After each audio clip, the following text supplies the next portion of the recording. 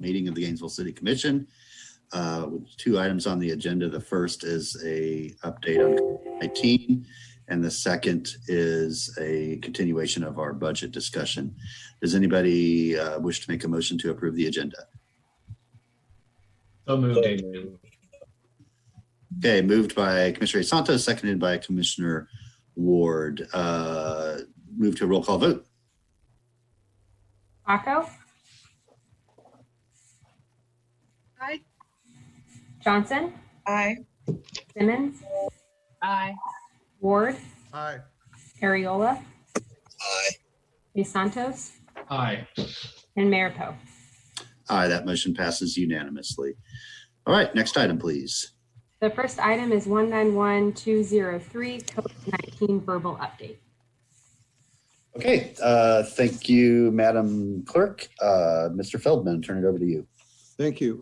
So as the mayor and commission knows, the county commission met on Tuesday. They promulgated a new order, which we received yesterday. I believe I forwarded you all a copy of that order. The order basically follows the governor's requirements in terms of opening of businesses, so they are completely consistent with that. And they have kept in place the facial covering requirement. There was some discussion as to whether it should be limited to the urban area or everywhere, and I think ultimately they decided it would be throughout the county at this point. With regard to city operations, we've had our soft opening this week of City Hall, Thomas Center B, and the old library buildings. No issues to report there. We're doing temperature checks, 1 point of entry, and mask requirements. No pushback from anybody that I've been made aware of with regard to that. Our parks continue to open as we discussed previously, and I'm working with the department to put in place the next phase of opening, which will deal with basketball courts, pavilions, and such. It was reported at the county commission meeting that we have a June 22nd date for opening playgrounds. That is not accurate at all. What I communicated to the working group was on June 22nd, our summer camps would be opening. And I believe I discussed that item with you at the last meeting. And then also GNV Cares for neighbors. We are making good progress on getting those payments out. I don't have the exact count right now, but payments started going out as of last Monday. And GNV Cares for Business, those funds should be getting ready to be dispersed shortly. That's all I have, and I'm happy to answer any questions that the commission might have. Okay, thank you, Feldman. We do have some questions. Commissioner Santos first. Thank you, Mr. Mayor. I wonder if there's any updates on the new reported outbreak in Alachua County that was reported today. Just the press release that I sent you all is the only information that we had. I inquired the health department as to the location, and their response was that is not being disclosed. Okay, so it's not in Gainesville though, at least looking at the press release. As far as I can tell, it's not in Gainesville. Okay.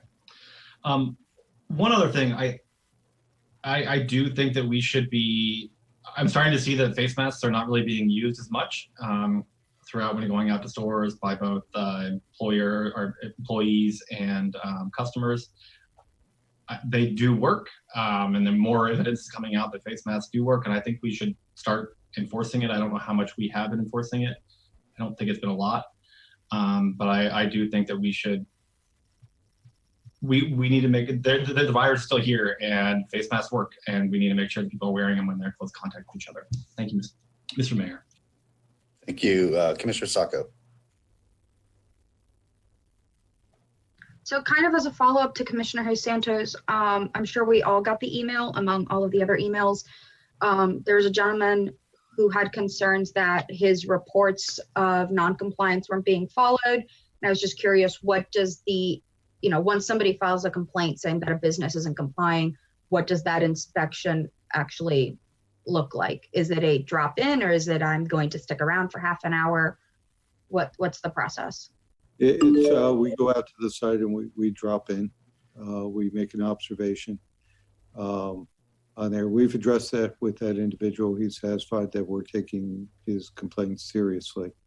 And then once we do get a complaint, it's logged in, and we will go back there on our own to verify compliance after the drop-in as well. So it's multiple drop-ins. Okay, thank you. Thank you. Not so much for today, Mr. Feldman, but I would like at least a written assessment, if we can't get one in person, from Dr. Lizardo at our meeting next week. He has offered to assist us in any way that he can. I am watching with a lot of concern the trend line for new cases. I don't know if that's because there's just a massive ramp up in testing, or if there's a higher infection rate, like per capita. I know that we're still doing much better in Alachua County than the surrounding counties. But we also know that we're such a major employment hub that the people from those counties are coming here, most likely to Gainesville, and working and shopping and doing other things. So I think with another week's worth of data, Dr. Lizardo could give us a pretty clear picture of where things are headed. And then I just think that we need to consider our options if things continue loosening up, and what we might need to do ourselves versus the governor and the county, because it's just not moving the direction that we were told that it needed to head for us to be in a full phase 2. I'm just concerned about that. Commissioner Simmons. Thank you, Mayor. And I just want to say, I think that we have gotten away from our messaging. I think it's become more lax in the last couple of weeks because of everything else that's been taking place. So if we can vamp up and initiate those aggressive messaging that we had at the beginning of COVID, and be consistent with that. I noticed around town, just as an example, less of those yard signs that had the COVID hero. At one point I saw them all over, but I'm not seeing them. I know people are taking them up and discarding them. And I know we keep the message on our web page, but I think if we just become more aggressive with that messaging, and just because I think people think COVID is gone and it's getting lost in the message, and we need to really start recognizing that we're still dealing with COVID and our numbers are going up. So we need to come up with a new marketing campaign saying, hey, our numbers are up. We need to continue to do this. I think we need to start looking at more ways to start getting that message out again. Yeah, I agree, Commissioner. I think what we need to do is change the messaging slightly. Captain Quarantine was more of a stay home message, and that runs counter to the other messaging out in the community right now. So I think it's more about, the proper way to be out, with facial coverings and so forth. So I'll work with the comm staff and see if we can't create Captain Quarantine's new message. Yeah, I think that's a great idea. We need to look at the whole overall messaging as where we are today. Yeah, so that's a great idea, Lee. Thank you. And just to reinforce what you are saying, Commissioner, at last night's town hall meeting, now albeit we very much said that this was going to be about race and policing, and I mean that was the topic, but we didn't get any calls or questions about COVID-19, which is really, obviously unusual. People's focus is definitely elsewhere, and yeah, I agree that we need to make sure that there's a lot going on right now, but one of the things that is, very important for all of us is how we deal with one another with the virus. Commissioner Ward?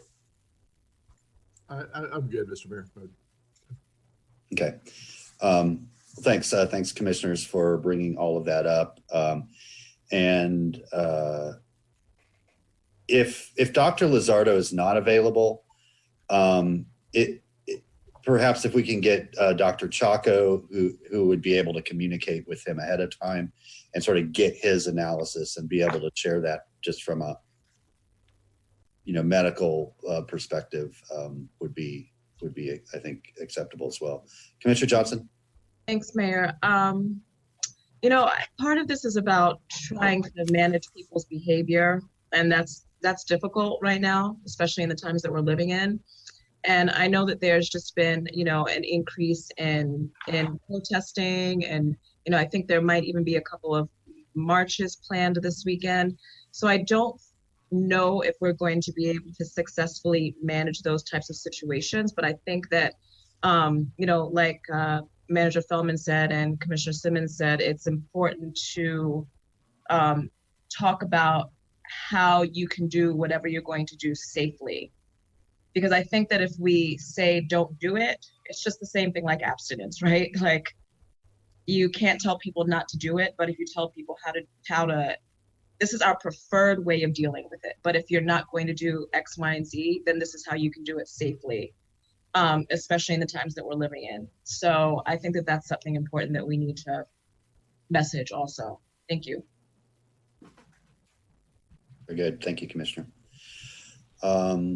Okay, don't see anybody else. Larry, is there anybody from the public that wishes to speak on COVID-19? Yes, sir. We have Don Fields who's standing by to speak. Mr. Fields, please go ahead. Thank you. This is Don Fields. I want to support the idea of enforcing social distancing and wearing masks. At least I do that anyway, voluntarily.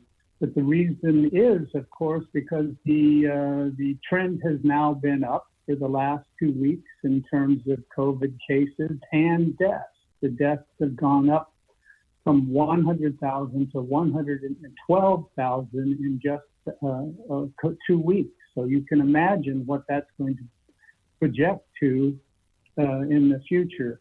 And so I understand the difficulty of getting people to actually wear their masks. If both parties wear masks, it greatly decreases the probability of the disease spreading, but people aren't doing it. And to herd that many people, it would take probably a very large force.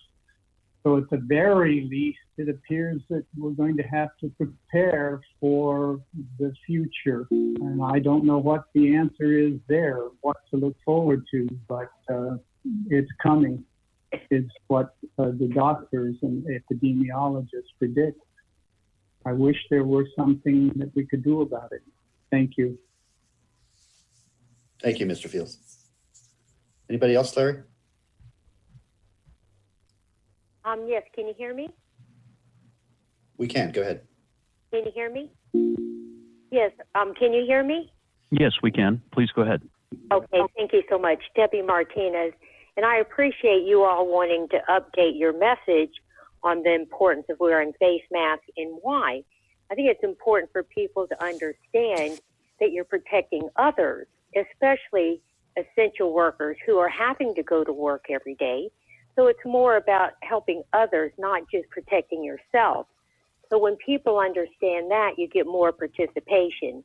So yes, I think people also need to understand that we're trying to open up our economy. We don't want to have to close it back down. So we're all helping each other by wearing face masks. It's a very small sacrifice to make to help everyone, but especially the essential workers, because no one knows who's carrying the disease. So when we wear the face, we do know it's spread by, breathing respiratory droplets, which is breathing, talking, coughing, or sneezing. So when you cover your face, you're protecting others. And we don't know where those people are going. They could be living with older parents or grandparents. So it's about, social consciousness. So when people understand that they're helping, they want to participate. So thank you for trying to update that message. Thank you. And Mayor, we do have one additional caller standing by. Caller, please go ahead with the 585 number. Hi. I didn't listen to the very beginning of your meeting, so you might have shared this, but I've noticed that today the health department reports the high number of cases of positive testing that was done in an agricultural community, but they don't say where it is, they don't say anything more about it, and I'm feeling that it would be good for people to know. Can that be shared? Do you know where it is? And that would be, I would think, helpful for people. Yeah, we do not. The health department has not shared that information. Okay. Thank you. Thank you. Anybody else, Larry? No, sir. Okay, very good. Thank you, Mr. Feldman, for the update. And Madam Clerk, let's go on to our main event. The next item is 191200 budget planning meeting with the recommendation that the City Commission hear presentations from staff and take action as appropriate. All right, thank you very much. Mr. Feldman, back to you. Thank you. So I'm going to turn it over to Karen to walk us through the backup material. And while she's coming online and loading the screen, I do just want to set the discussion to make sure that everybody is aware as we're going through this, that at this point we are in balance. I am not recommending an increase in the tax rate, and we are in balance with the fire assessment at its current rate. There'll be a few slides in here where we can talk about where the fire assessment can go in order to achieve the 50% mark. And getting your guidance today on that will allow us to prepare the agenda item for the 18th. So with that, I'll turn it over to Karen because I see the screen is up. All right, thank you. Ms. Fiore, welcome.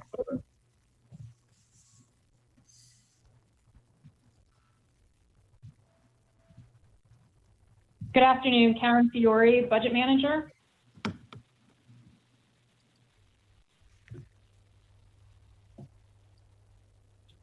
Okay, so as Lee just mentioned, we're going to review the adjustments to our general fund baseline. We did receive our June 1st preliminary numbers, so since then we've had some adjustments. The city manager has had time since our May 14th meeting where we discussed increments to go over those in more detail with his department heads. And he's come up with a new list of recommended increments, what the school resource officers cost the general fund, and the review of the fire assessment. And again, as the city manager mentioned, the goal today is to get what that max will be so that legal can put that max on the trim insert that is required for the backup due no later than tonight. So the general fund adjustment. So on May 14th, when we met, we went through a list of revenue adjustments and expenditure adjustments based off of the beginning FY21 approved plan. Since then, we received our June 1st preliminary numbers. So our revenues and expenditures have changed, which have left us now with about $596,000 in a surplus. So those adjustments are the June 1st numbers unfortunately came in less than we had in our original adjustment budget. We've now taken those new numbers, applied 95.5% collection, which means that we've had to reduce our revenue by $378,000. We've had time to look through in more detail our new FY20 cost allocation plan, and in doing so, we discovered that we were charging GRU too much on that, so we've had to make an adjustment there. So that was a reduction of a little over $1 million in direct services. And we've also fine-tuned the budget, looking at each line, and realized that we were missing the revenue for the golf cart loan and the LOGT capital project loan, which means that we had to add $243,000 in revenue, which ended up being reduced our revenue by $1.2 million.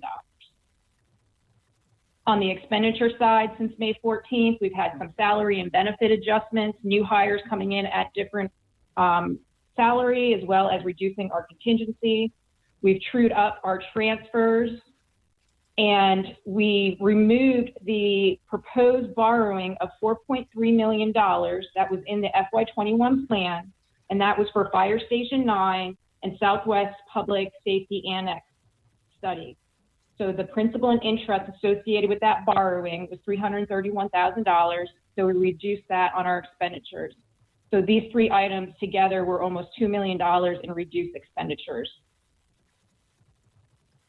Those adjustments, again, ended us at a surplus of $496,000. The city manager was able to review all his increments with his departments and has revised that list. The clerk has $15,000 recurring administrative expenses. The auditor has a little over $7,000 in recurrent expenditures for her new IT audit manager. So she received the FTE, but no operating. The city attorney has deleted a legal assistant 2 position. This was a split funded position. 72% was in the general fund. So she's released a recurring $40,000 to the general fund. Housing and community development, a recurring $10,000 for operating expenses. This is for the 2 FTEs that were added during the FY18 budget cycle for the housing action plan. We added the FTEs. Unfortunately, we did not add the operating. So here's the operating for those FTEs. Transportation and mobility, one-time expenditure of $50,000 to upgrade the park and pay stations. Police, one-time $13,000 traveling training. And this is for 2 individuals for to travel for network security training. Also recurring $30,000 for the internal affairs lease. Parks and Rec have 2 increments associated with the City Hall pond. One's recurring for $3,600 for the maintenance of that pond. There's additional expenditures now with the mural that's there. We need to add chemicals, as well as a $10,000 one-time expenditure for that pond to add a filtration system. Recurring $15,000 for Peaceful Sundays. Recurring utilities for Parks and Rec for their building rentals, visitor center. Ironwood has historically spent about $145,000 on their temp force at Ironwood, and unfortunately it was not budgeted. So this $145,000 recurring is truing up their budget. Forest Park, a stormwater management system for $5,000 recurring. The swimming pools and our playground repair replacement, we're adding $10,000 for the pools and $55,000 recurring for the playground. Communications is adding $42,000 for telephone town hall meetings.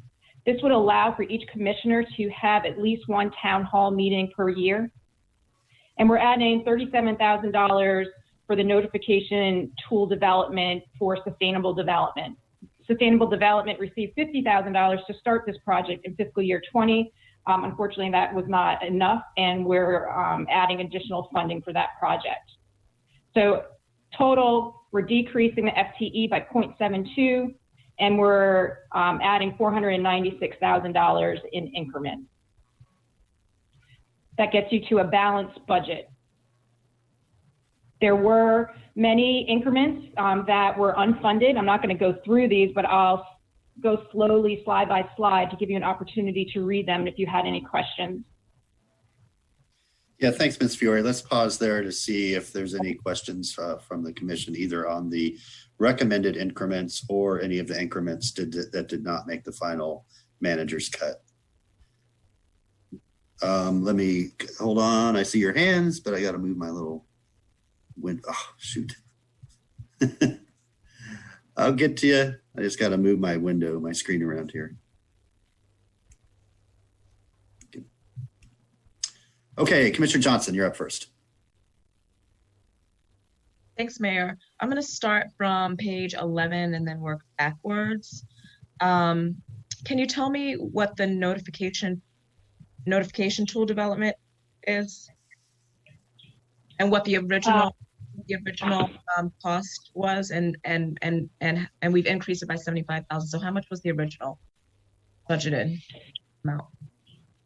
In FY20, the original budget was $50,000. The department, in researching the total need, requested an additional $75,000. But they're still in the process of developing this.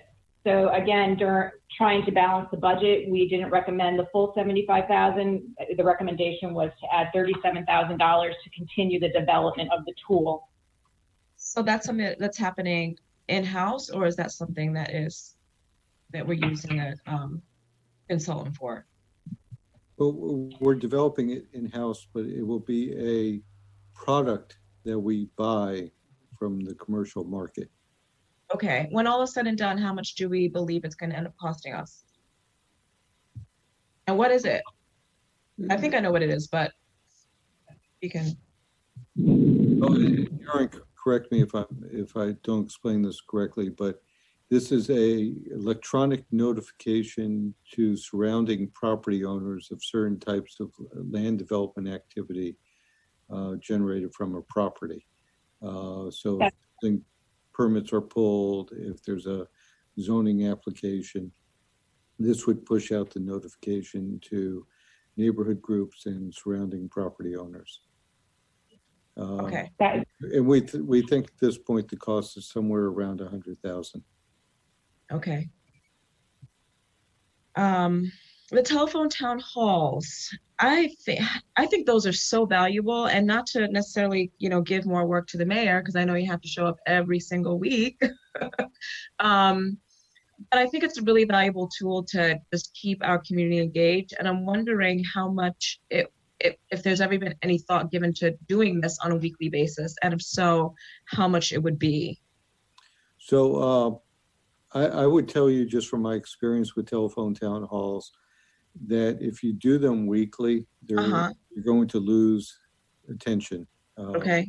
We were able to keep attention up because of the COVID response, but if we didn't have that and you just did it, you would have, you wouldn't have the attendance on them on there. So ideally, what I'm striving for is to give the mayor and each commissioner an opportunity to host one during the year. And then if we have a situation like a hurricane, pandemic, or other major topic, then we use our non-budgeted funds to, to get on that weekly basis. Otherwise, you'll have telephone town hall overload. Okay. About how many people are showing up on average? So last night's call was 1,700, but we're ranging between 1,700 and 2,200, 2,300 for the COVID calls. Okay. And so it's a really good tool for outreach. I mean, as you know, I've been doing this a while, and you don't get 1,700 people in a room. And that's probably not including how many people are streaming and watching it on Facebook, right? Well, we're not doing Facebook broadcasts anymore. Oh, on there, okay. We're just streaming it through our Granicus system. Okay. I found it really valuable on Facebook. I was actually trying to search for it last night and I couldn't find it, and I was looking forward to it. Is there an extra cost involved with that, or? The problem is we can't engage in the dialogue that's happening with the comments on there. So people are making comments. We don't know what those comments are. Some, quite frankly, are very vulgar and inappropriate for public forums. So we wanted to, be able to, continue to engage our neighbors through streaming if they wanted to see it, streaming for the purposes of sign language interpretation, and in the telephonic means. As the name indicates, the whole concept of the telephone town hall meeting was strictly to be an audio format. We expanded it to the visual to deal with the making sure that we had the sign language interpretation for the COVID issues that were coming up. Okay. Personally, I'll just put my 2 cents in as I like the idea of streaming on Facebook. I think it makes it a lot more accessible. So, if that's something that we can reconsider, that's something that I would be in favor of. So going on to Parks and Rec, how come the last 2 recurring why can't those be taken out of the wild spaces public places, the 10,000 and the 55,000? I don't think the wild spaces was intended for ongoing repairs as much as it may be for overall replacement of a big piece of playground equipment. But playground equipment needs to be maintained and fixed on an ongoing basis. And as the commission is aware, even the ongoing maintenance we have been transferring to the general fund after a couple-year period of time on wild spaces projects. Okay. Plus, we're going to see a diminished amount of wild spaces revenue coming in because of the decrease in sales tax. Okay. I'm going to skip over the Ironwood Temp Force salaries because I think we had a discussion about that. But that's still something that my preference would be that we would be able to hire people to do that. But I think you said that it's difficult because of the turnover.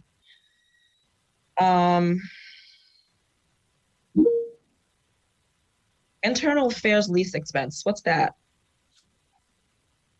So we lease space in a building other than the police department for internal affairs. Do that for the largest reason is so that our neighbors don't feel intimidated having to come into a police building to talk with internal affairs. It creates a sense of privacy. There's no space that we have that's owned by the city that we could transfer that to? We're renting space now for just regular operations.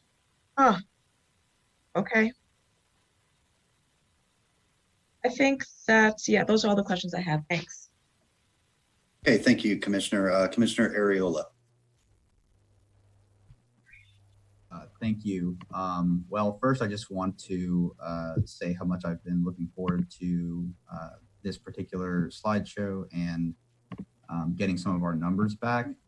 I am pleased to hear that there's no tax increase recommendation. That should be our goal, I believe, commissioners. I think the 2-year budget was one of the more wise structural changes that we made a few years ago, because we're in a position now during a very difficult year. And I know a lot of cities are going to be going through a very difficult budget year, but I think we're in a very good place, and we should try to stay as close to this mark as we can so as not to create any problems later down the road. As far as the increments that I'm reviewing, I just wanted to ask, do any of these have to do with safety, or the ones that didn't make it? Do any of them have to do with safety, or I noticed one of them was like a storm warning system that was a recurring cost. Those are the types of things, especially if it's only 5 or 10 or 15,000 that I think would be appropriate to enter, since we do have some surplus, but I don't think we ought to take too much of that. And as far as the telephone town halls, I think they're great. I've also enjoyed the series that we've had going, and I understand we were supposed to have, even though the sort of crisis delayed the District 3 town hall, everyone else sort of got to have their own. I think we just need to have clear guidelines on how we operate those town halls in terms of, when commissioners are going to do them, what they're going to speak on, because I think that we didn't really set that clearly. And so if we're going to start going down that path, I just want something clear, because right now we don't. So Commissioner, with regard to the safety issues, I believe I've included all the safety sensitive increments in here. So like that storm warning system for the park, that is funded. In the increment, it's the third from the bottom on that slide.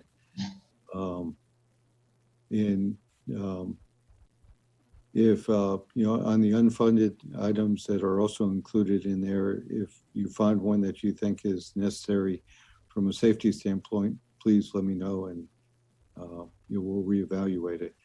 With regard to telephone town hall meetings, yes, we will develop a policy before that gets implemented, bring to the commission for their consideration. All right, thank you, Commissioner. Thank you, Mr. Feldman. Commissioner Hayes Santos. Thank you, Mr. Mayor. Yeah, Commissioner Johnson, I agree on the notification tool. I just want to make sure that we get that done and moving this year. I think that's a very important thing that our community has been asking for a while, and I think will help address a lot of the issues that we're having in terms of people feeling like they're notified. As far as Facebook streaming, I do believe that it is helpful that they are streamed on Facebook. I think it's more accessible for people than just having to phone in and not have to register for it. And also people might be able to watch it not when they're, it's easier to watch it on the Granicus and going to the city website. They can find it on Facebook and watch it more easier than if they had to go on our Granicus website. I do have on page 23, the top 4 ones on the Forest Park funding. And can these be in, these are one-time expenditures and they seem like capital expenditures. Are these wild spaces, public spaces expenses? I thought we put some funding towards that in wild spaces, public places. You did, and that's our intention, is to fund these through wild spaces, public places. Okay, so these will be funded and they will be done, just not through the capital improvement program. Correct. Okay. A few other things. I think we should remove the funding for the Joint Aviation Unit. I still don't believe that we should have to fund that. And I think we should redirect those dollars to something else. I also believe that we should remove any funding for testing cannabis for anything under drug trafficking as well. We should not be funding those tests. I don't think it's a good use of police resources or our funding resources to be testing small amounts of cannabis. I also, if the city manager can give an update on body cameras and kind of where we are in terms of making sure that all of our officers have those in this coming year.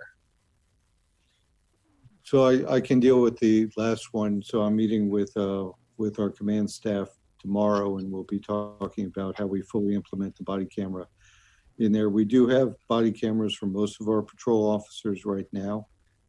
So I do not think it's going to be a stretch to get full implementation of body cameras with the funds that the commission has already included in the FY20 budget. We have about 1.1 million set aside in the current year's budget. So I will be working on that item. With regard to the Joint Aviation Unit, clearly, any direction that the commission wants to give me, I will carry into the negotiations that I'm slated to have with the sheriff in the county. Thank you, Mr. Mayor. Okay, thank you. On page 16, there is a recurring, the last item on the page, Community Resource Paramedicine Program, a recurring increment of just under $18,000 that was not, didn't make the final cut. Can you talk a little bit about what that money was being asked for and why it didn't make the cut? So I'm going to defer to Karen on that one. She would know the particulars of it. Okay, Ms. Fiore. Well, I wish I could say I do. There's so many here. So I believe it was the community, Y'all can get back to me. I don't want you to feel put on the spot. If we can get either Ms. Bach or Chief Lane to comment on that. I'm just gonna give an editorial comment here. I would like us to significantly increase the resources and the ability of that program to serve more people. $18,000 seems like a very small request. I would love to see a large ask. I'd like to see their ability to really expand. We know that it works. It has been one of the most effective things we've done in the area of public health and public safety in the last, ever. And my impression is that program is ready to scale up if it has the right resources. And so, I'd really like to find out what that 18,000 is for, and even what if there were no restrictions, what they would actually ask for. I have a request from staff, so hopefully I'll have an answer by the end of this presentation. Okay, that's fine. So I'm going to come back to my thoughts, but I want to get to the other commissioners. Commissioner Simmons. Thank you, Mayor. If we could go to page 9. My question is for the transportation and mobility, the parking pay stations, is that those be throughout the city, or can we get more information on the parking pay stations? So this, Commissioner, this would replace a lot of the single meters with one multi space kiosk, which would allow us to be more efficient in the payment and collection of that. So as we talked about in the workshop with the commission during the GPC pre-COVID, this was part of our program to increase the parking efforts in our downtown. Okay, so this is downtown, but with this new meter or system, it eventually it would or could pay for itself, right? That's our intent. Yeah. Okay. So can we go to page 13? On page 13, City Manager, could you explain to me what is the aid to outside organizations, the $4,000? These are just participation when we get requests for donations to various organizations, and this would just increase the funds that we already have allotted based upon our previous trend of requests. And has our trend normally been roughly 4,000 or more? What has the trend been? I'd have to get back to you with the numbers. This was to increase the amount of funds. Okay. And also the progression plan for neighborhood enhancement officers, what is that? This would be a HR, basically for our code enforcement officers, which are now neighborhood enhancement officers.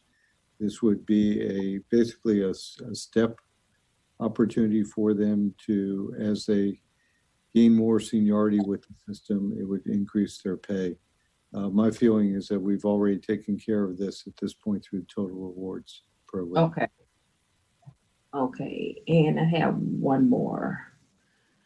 And I think the mayor hit on it, page 16. Yeah, Mayor, you hit on the paramedic program. Yeah, I would like to see us try to find at least additional funding for that program. It was doing great. It has been doing great. And I think it has a capacity to grow and help a lot of people. So where is UF on this for us, the partnership with the paramedic program? We get some funds through SHANS to participate in, or they give us a financial contribution for the program. I think it's about 100,000 for the year. Okay.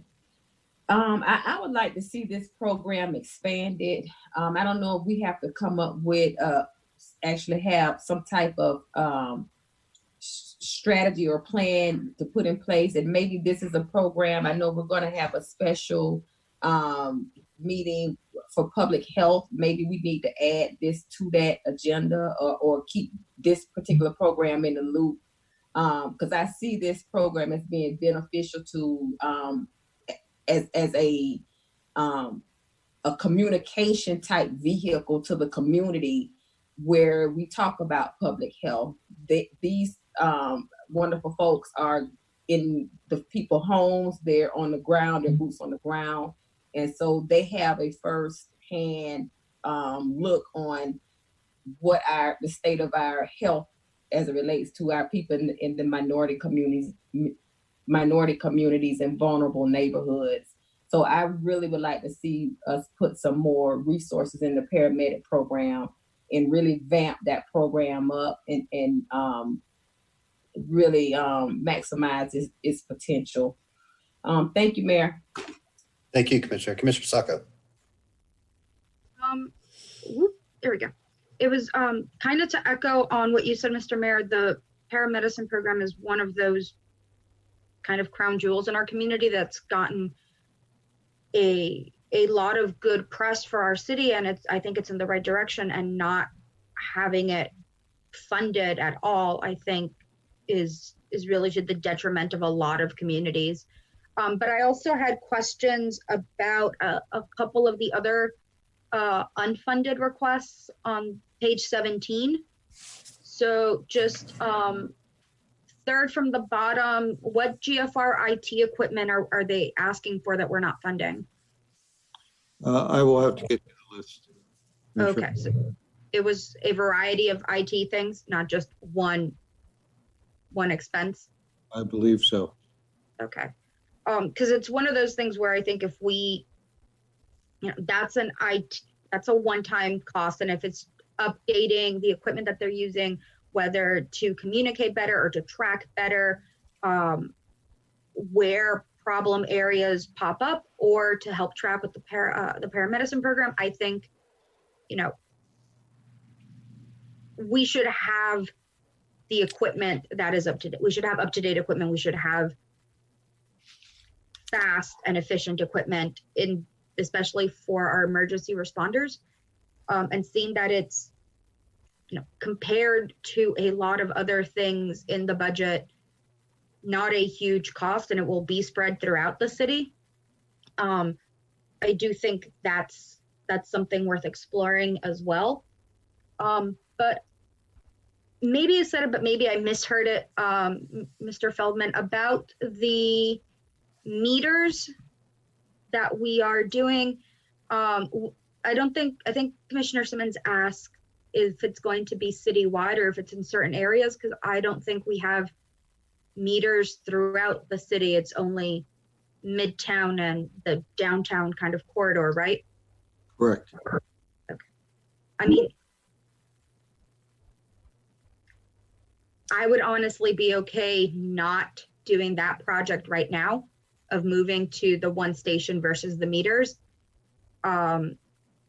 I don't think that's a priority right now, even though it would be more efficient. I think that 50,000 frees up a considerable amount for things like the paramedic program or other programs in GFR, which is a necessity versus something that is slightly more convenient if someone has a credit card instead of change. Well, it's not so much credit card versus change. A lot of our single meters are broken or break quite often. So we're going to have to replace those, or they're just going to be bagged as inoperable. But I can get back to you on both the parking and the GFR IT issue. And let me just also clarify, we're not discontinuing the community paramedic program. It was, they were asking for something. We'll get back to you what that something was, but the program is still there, and we do recognize the value. The team has just applied for $1 million grant to expand the community paramedicine program. So we understand the value, and we're seeking funding alternatives and opportunities. My understanding from a recent tour of the facilities and meeting with some of the folks is that our firefighters really feel that they're strapped there, that it's not, if they ask for more funding in that paramedic program, I believe it's that they need it. The way it's been funded in the past does not seem to really cover the true cost of it or pay for the actual value. And I think if we are going to do this project, we shouldn't hold out on the hope of getting that grant, and it should be one of the things that we fund first and foremost. If they're asking for an increment of, I mean, I can't even remember the number. It was negligible. It's 18,000. I'll get back to you with what that is. Okay. Thank you, sir. Thank you. Commissioner Ariola. Thank you, Mr. Mayor. So I would like to add the majority voice for the added funding for the CRP program. And if I could just jog commissioners' memories a little bit, they have phases of funding already planned out for where they want to scale the program. I think what we're seeing here is sort of a disintegration of some of those requests because they were aware of the size of some of the requests they were making. I remember that presentation. I thought that they had, a good second phase where they could sort of ramp up their operational capacity and their ability to be able to step into their third and final phase, which would be sort of the natural growth of this program. So while management is bringing back those recommendations, if you could bring back what those original sort of funding phases were, because I'd like to get us as close as we can to that next step. And so I don't know if it's a matter of just funding the 17,000 recurring, or if there's other, because in some of those, getting to that second phase, there were some capital expenditures that were also required. So I would just like to keep it going, especially since the general public is much more aware of public health now more than I think in the past. So that is something that I'd like for us to look into. I have two questions. First, I'm looking at these priorities, and I do just want to make sure that we're giving due consideration to some of the top priorities that some of these departments have put forward. So I'm going to give a little, I just want to know, we have two requests from the Budget and Finance Department. And I'd just like to know, they're listed as top priorities, and it's the only requests that have come from the Budget and Finance Department. And I just want to know if we can't at least honor maybe half of that, if not all of it. I think that would go a long way for the Budget and Finance Department. And I think it's something that we should definitely consider investing in. And then lastly, Mr. Manager, I can sort of catch a trend here. You're gathering notes on what to bring back notes for. I'd like to know the strategic initiatives put as a one priority climate change dashboard, which is a one-time expense of $50,000. I'd like to know what exactly that is, because while the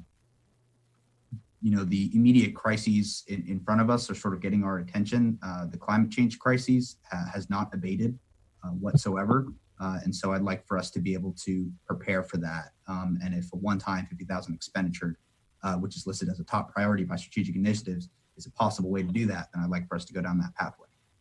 Right. So I can comment on the latter one, and I'll get back to on the former. So originally, I asked the SI folks to go ahead and develop a climate dashboard pursuant to the commission's guidance that that's something you would like to see.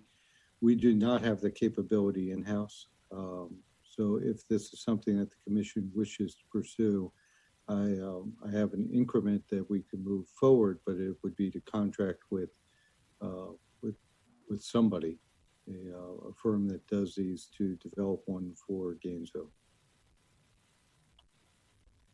Okay. I think it would be helpful to know exactly what's going to be on said dashboard before. I mean, for me, at least, before I advocate for that being in the final budget, I would want to know exactly what's going to be on the dashboard. It basically looks at the carbon footprint and would break it down to city buildings, city fleet, and look at how we're progressing in a visual manner, in a measurable manner, in terms of reducing the carbon footprint of those pieces. I'm sure there's also an element for GRU in terms of energy production and so forth, but this would not be part of our proposal. Okay. Well, commissioners, I'd like for us all to consider those things, and particularly the what I mentioned about the budget and finance department. I think that if you've had conversations with our charter officers, you know that is an important priority, and I'm glad that they listed it. Thank you. Thank you, Commissioner Ward. Thank you, Mr. Mayor. And thank you to the manager's office, the finance office, for bringing us all this information. I really appreciate the effort that has gone into this. And I have a few things that I want to ask about. Some are easier to express than others. I absolutely support us funding CRP. It's been a terrific program, and it's a program that is nationally recognized, that works for the people of Gainesville. It changes lives for people who live here for the better. That's the kind of program we should invest in, particularly when that investment is relatively low. So I hope that we can fund what needs to be funded for CRP to continue to be successful and to grow its success. There's an item on page 18, an unfunded requests under Parks and Cultural Affairs for PAPI funding. For those of you who may not remember, PAPI is the method in which we fund the Hippodrome, Dance Alive, and the orchestra. We intentionally did not include nonprofits and arts agencies in GNV Cares. Nonprofits and arts agencies are hurting very much, and they're a huge part of the Gainesville economy. Downtown Gainesville is not the same if the Hippodrome can't afford to stay alive. That's just a reality. It changes a lot of dynamics in downtown Gainesville without the Hippodrome. I'm talking about when when things get more normal. We expect the Hippodrome to be there as a cornerstone of the restaurant and bar scene for a lot of the year, among other things.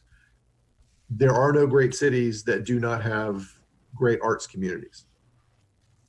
No great cities without great arts. We want to be a great city. We want to continue to be a great city. I know that I assume at least that we are continuing to fund at the normal level, the PAPI organizations, but I would like us to very seriously consider this extra increase.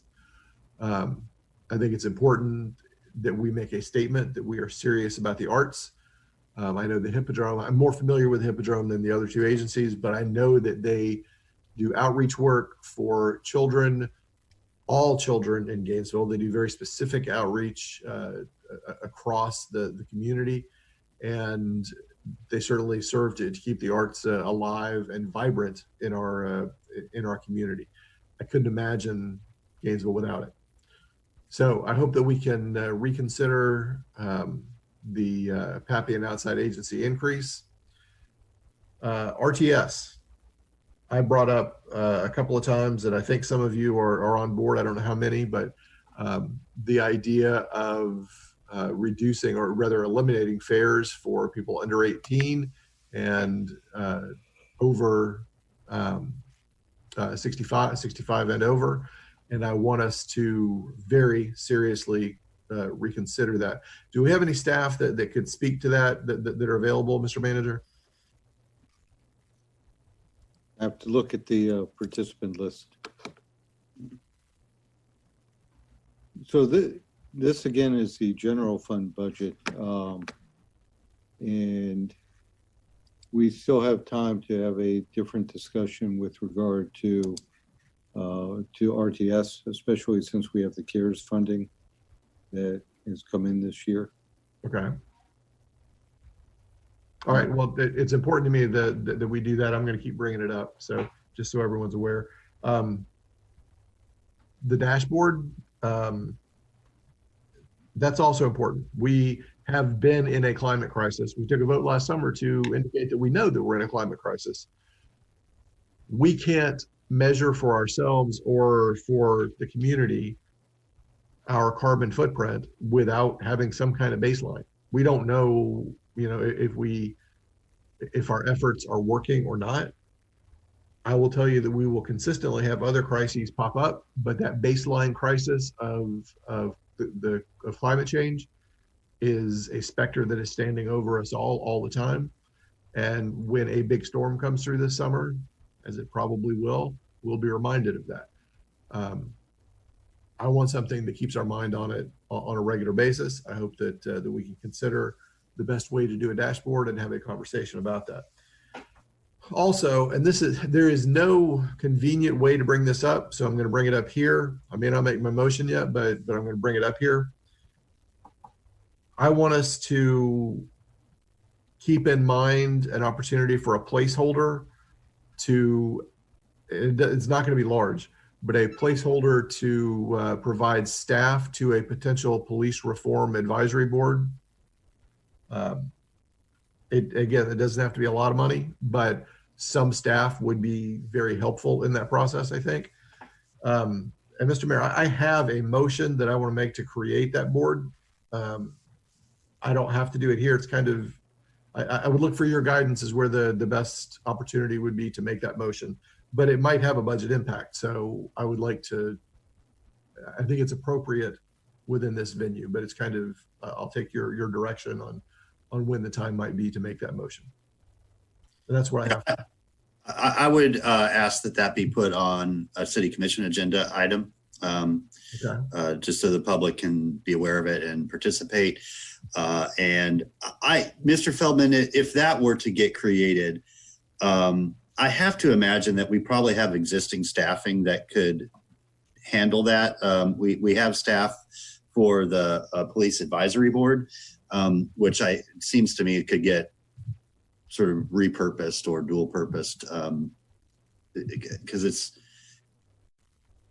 it would basically be taking minutes, facilitating the meetings, and then any requests for information are going to have to go back to GPD and the city manager's office anyway.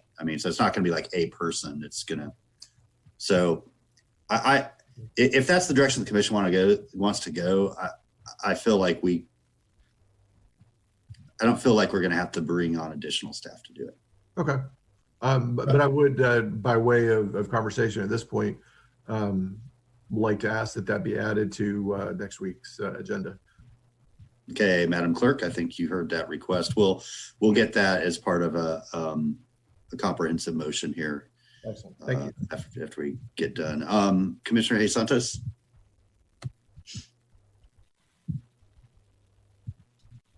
Thank you, Mr. Mayor. I would like to put a motion on the floor.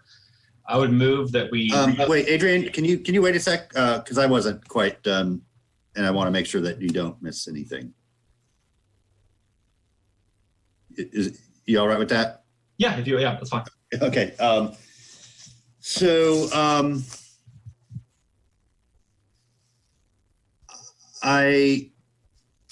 want to just voice my agreement with the point that Commissioner Hayes Santos brought up with testing for cannabis. I just want to see our police department focus their energy and resources somewhere else, because at the end of the day, it's legal in our state. It's legal in several different forms. It's legal through prescription. I forget what the terminology for it is, but the low THC cannabis that's used for folks that suffer from seizures and other things like that is legal. We got the memo from the state attorney that he is not prosecuting any cases with relatively small amounts of cannabis because there's no way for an officer to determine whether it's the low THC variety or higher THC variety and therefore legal or not legal. And it's sort of like the way I look at it, Mr. Manager, is if, let's say that I borrow Commissioner Hayes Santos' car and he has a prescription for Percocet that he had in there. And then I'm driving the car, he's not there. I'm in possession of that drug, even though I don't have a prescription for it. There's no way that anybody would cite me or arrest me or give me an appearance or anything because of that. And so it's, in my view, become a fool's errand to try to police cannabis at all. And it's just setting ourselves up for problems that we don't need and that don't exist in the first place. And so, I mean, I think that the suggestion that we don't invest in equipment to test, that equipment's going to be unnecessary and obsolete anyway, if it's not already, anyway, in a couple of years. And I also just would this is not so much a budget discussion, but just I'd like an update, perhaps when we get back to our GPD quarterly updates at GPC on how we can approach policing different. Maybe this is part of the police reform board discussion as well, and just get out of the business of policing something that has been made legal by the voters of Florida. The direction I was comfortable with on the aviation unit was transferring the operational costs to the county. They already said they prepared a budget to do that. But until we have a full transition plan, I don't know. That seems to me to be a step forward, but I'm not going to vote for or against any motion based on that alone.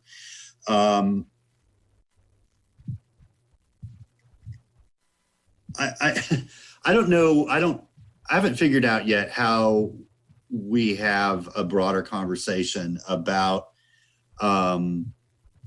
let's call it 911 calls for service. So all of you I know have been following closely the defund the police movement and what that actually means versus what it sounds like it means. For some people, it means abolish the police department. I haven't heard from too many people that actually want that. But it's providing the appropriate service level and response for the appropriate situation. And so CRP is a great example of that, solving the actual problem with the right resources. At the same time, GPD is getting some 93,000 plus calls for service a year. And so we have to have something in place to answer those calls. People aren't going to stop calling. And we don't always know what that call is. A noise complaint could end up being a domestic violence call. And there's a lot that's sort of unpredictable. And so I'm ready for the hard deliberative work to look at how we reimagine serving our neighbors and getting the right resources and funding in place under the right part of the organization to best serve our neighbors. But I'm not even close to knowing what that looks like, and I wouldn't even begin to believe that I knew what that looked like until we had a very involved community engagement process. And so, I mean, I think we're just so early in that discussion, but there are things that we are doing and have historically been doing that I do believe we can scale up. So CRP is one of them. The mental health response unit, again, I would like to have one of those units on duty at all times. Right now it's a Monday through Friday sort of 9 to 5-ish kind of approach. And of course, a lot of people that are in mental health crisis don't simply have their crises during those times. Our diversion and deflection specialists, they're hired now, but we have not heard what their recommendations are going to be. And therefore, it seems to me the recommendations will involve new resources or repurposing current resources to better keep people from being arrested in the first place, from being involved in the criminal justice system, period. And so I did want an update. We have, I think in principle, agreed to participate in fully building out the, oh my gosh, I'm totally drawing a blank for a second here. The Meridian. Yeah, the alternative to, I'm sorry. Collection Center. It's the Baker Act outreach or additional building on Emirate. Right. It's a, oh my gosh, I've said this phrase too many times. Central Receiving Unit. Central Receiving Unit. Thank you, Commissioner Johnson. I knew that somebody would bail me out. That plan, they have the literal engineering and architectural plans done. It's really just waiting. We need the county, I believe, to co-participate in that because it's going to, Meridian serves a regional area, not just Alachua County. And so I want to have the funding available to move forward with that. I think there was some interest from the legislature this year. There might be more next year. Mental health has been getting some attention.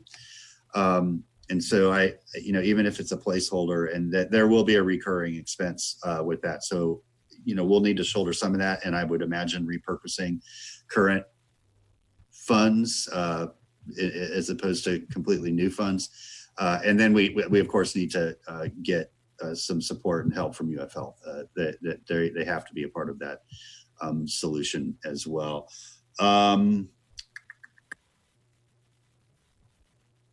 I think that's it for me. So I'll go back to Commissioner Hayes Santos. Thank you, Mr. Mayor. The motion would that we would move that we redirect dollars from the Joint Aviation Unit and redirect dollars from the funding for testing for cannabis for arrests that are below drug trafficking, and that we move those dollars to the Community Resource Paramedic Program or additional GPD mental health units. Hey, sir, I can't. Ms. Fiore, can you take down your screen? That'll help me a little bit so I can see everybody.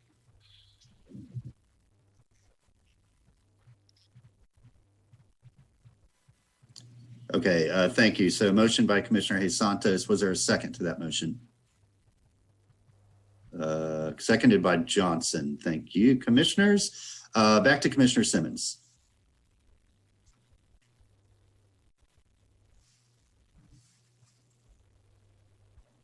Mayor, can you hear me? Gotcha. 5 by 5. Okay. Adrian, well, one of the questions I had when I wanted to clarification from Manager Feldman when we were looking at page 13 regarding the aid to outside organizations. Now, if that aid is something, what can you give me an example of some of the aid? Because if we're not funding that right now, I would love to maybe have that into the motion, depending on what type of aid we have been requested in the past. Is it coming from the community? What type of aid? It's sponsorships of events, taking out ads and programs. It's by buying a table at an event. That type of. And is that in representation of the city or a particular department or what? Of the city. So I would like to see if we can maybe have some extra funding in that. If we're going to be out in the city and to be invisible, I think we should at least consider putting some money into that category. I don't know how you all feel about that. I think that would be beneficial to the city if we would do that. And if that would be something we would like to add into the motion. Thanks. And does anybody have the amount that we are currently spending? Because the $4,000 an increment, correct? What's the current budgeted amount? I don't know off the top. If we can get back to you, but you're correct. It is an increment. Okay, if we can get that line item as Fiore, that would be helpful. Okay, Commissioner Hayes Santos. I'd be happy to add it. It gets us to 4 votes. That's what I wanted, 4 votes. I don't. If somebody wants to raise their hand how they're going to vote, then. Have you done this before? Yeah, if you could repeat the motion from the top, and then let's start this whole shakedown process from Commissioner. The motion was that we redirect those operational redirect dollars from the Joint Aviation Unit and redirect the dollars that are spent on testing for cannabis for arrests that are below drug trafficking, and that we move those dollars to the Community Resource Paramedicine Program or additional GPD mental health units.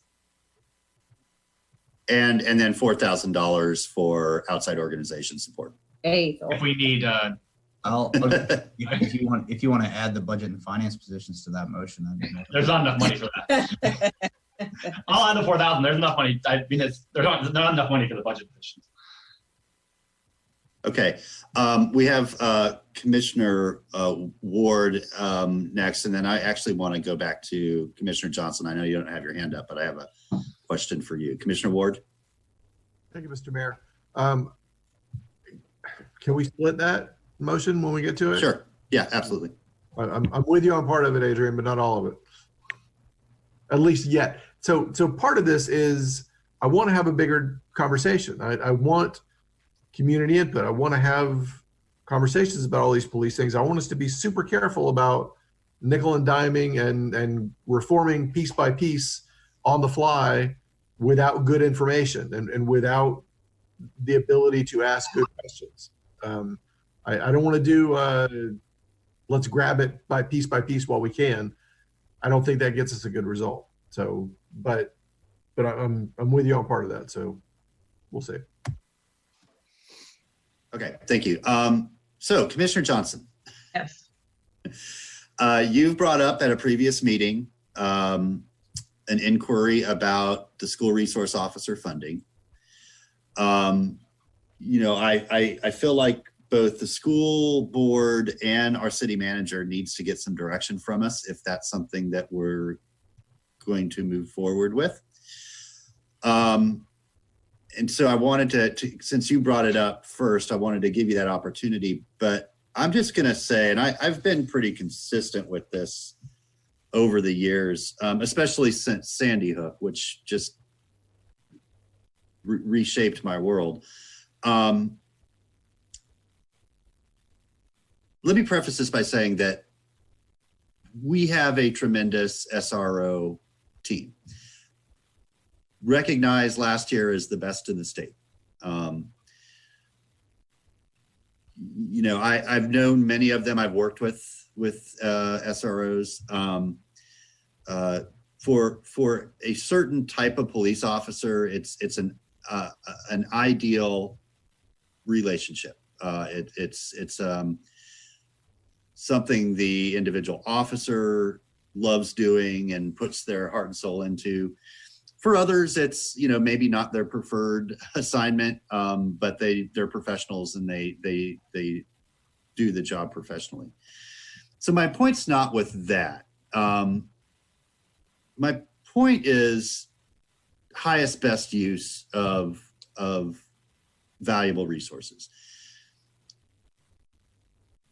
There is no evidence that having school resource officers in schools on duty prevent shootings.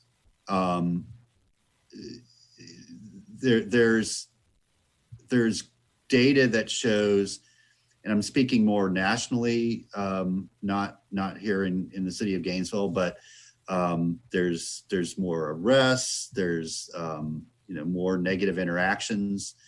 I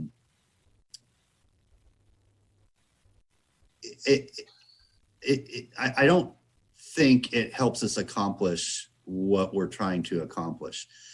And I think that there are ways to improve and have better relationships between our community and our police officers. But, you know, I don't know that having them in schools every day is the most appropriate use of money. And I don't know that it helps us accomplish what I think we originally were trying to accomplish when those programs were created. So if we're not ready for that conversation yet, I want to know that. And if we are ready for that conversation, then we need to have it because big decisions need to be made. So Commissioner Johnson, I'll start with you and then I'll go to Commissioner Ward. Thank you. And I think that was a perfect way of kind of opening this conversation because it is important to frame the discussion. And there are three different kind of discussions that have been had around this, especially since I brought this up at the last meeting. One is around, you know, what you're talking about, which is, you know, I'm not going to call it defunding, but I'm going to call it like reallocating resources right now with our school resource officers. I'm going to say very clearly right now, that is not what I'm talking about at all. I see the value in our school resource officers. What I am talking about, there are two other conversations. One is the resources that the school board does have. Mind you, this is a 27-page budget that they have for a $423 million budget. There's been some other kind of discussions that have been had around the way that the school board uses their resources. And once again, going back to what you said, Mayor, is what is the best use of those resources? And really, who are the best stewards of those funds? Now, this is what I want to focus on because this is the conversation that I want to have. It's about the funding source for the school resource officers. And I think Manager Feldman has done a little bit of research. There's some information in the backup. I'd like for him to at least start us off in this conversation about how we arrived at this point, I think it's $900,000 this year that I'm going to say this because I believe it's true that we are graciously contributing to the school board budget for this. So Manager Feldman, can you tell us a little bit about the history of how we got to this kind of funding allocation? And then I'll kind of pick up from where you leave off. I'd like to tell you that it was somehow formula driven, but I can't. It has been as I understand it, it has sort of been an amount that was determined based upon, well, originally ASO was providing all the school resource officers. And then we had gotten the amount that that the school board gave ASO. How ASO negotiated that amount, I don't know. Last year, we pressed them for an increase, and we got an increase so that their contribution now is 1.2 million of the roughly $2.1 million worth of costs. They also included some reimbursement for our supervisory staff that supervises the school resource officer unit. As I indicated last time, we talked briefly about this during the commission meeting. This stems from the incident that happened at Marjorie Stoneman Douglas, and the legislation that the legislature put through that basically requires a school safety officer there, and they define school safety officer as being a law enforcement officer or a guardian or a safety officer as defined by the statute. And I think I included in your backup a copy of that statute. The obligation is on the school board to provide that service. The actual language in the statute says that they shall partner with local law enforcement entities to do that, but there's no definition of what that partnership is. So if the commission desires to seek the school board to do 100% funding, we will go back to the school board and tell them that's the desire. I just need to know what happens if they say no. So, thank you. So I'm going to focus on the fact that it's the obligation of the school board to provide the service. And like we've done with our the aviation unit, I think that it is as good of a time as any to look over the contractual agreements that we have with our partners. And if we don't feel like it's fair or not working in our favor, then I think that it's fair that we can revisit those conversations. And I think that that's something that should happen.